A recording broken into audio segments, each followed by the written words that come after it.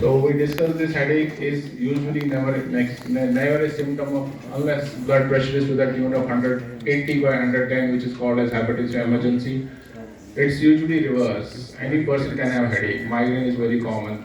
Tension type headache is very common. And with headache, everyone will have rise in blood pressure. So if you have moderate type headache, your blood pressure will go up by 20 by 10. So if somebody's baseline blood pressure is 130, 80, it will be 150, 90. He's not hypertensive. So unless it's very high, 180, 100 causes throbbing headache, it causes nuchal pain. So headache is not a symptom of hypertension. Next.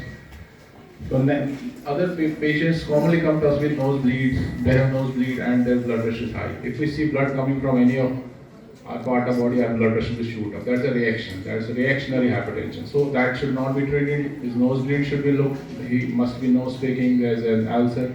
We take care of it. And after that, if we monitor him, if he has resting blood pressure is high, we can label him hypertensive. Next.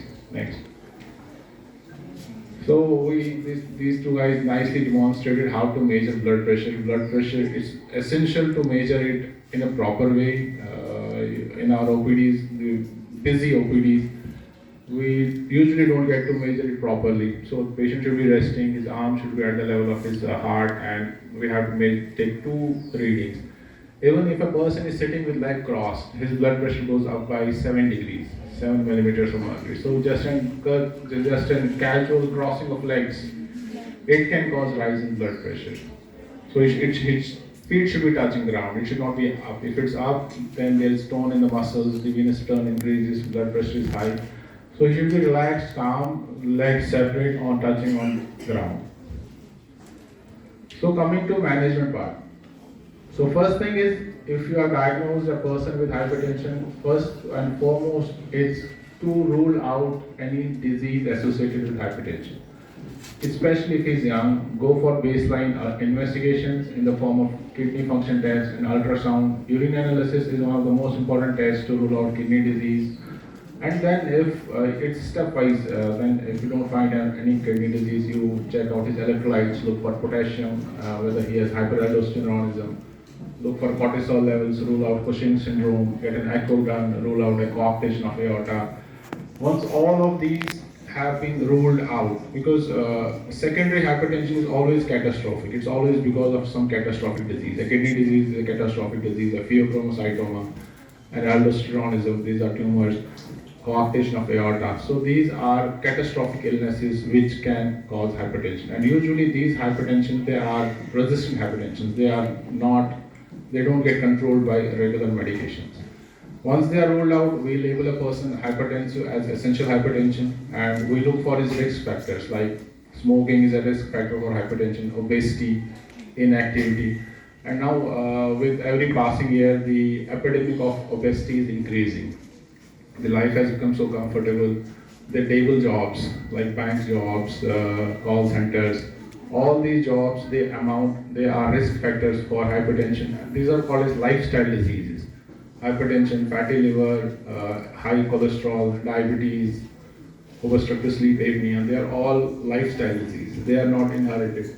They happen because of our own mistakes, our own problems. So being active, leading a disciplined life, the life in which your diet is proper, a good diet, not malnourishing yourself, taking a good diet, adequate less calories, good amount of proteins, fats, and smoking. Smoking is a pandemic in our place. Our state is the highest consumer of the smoke.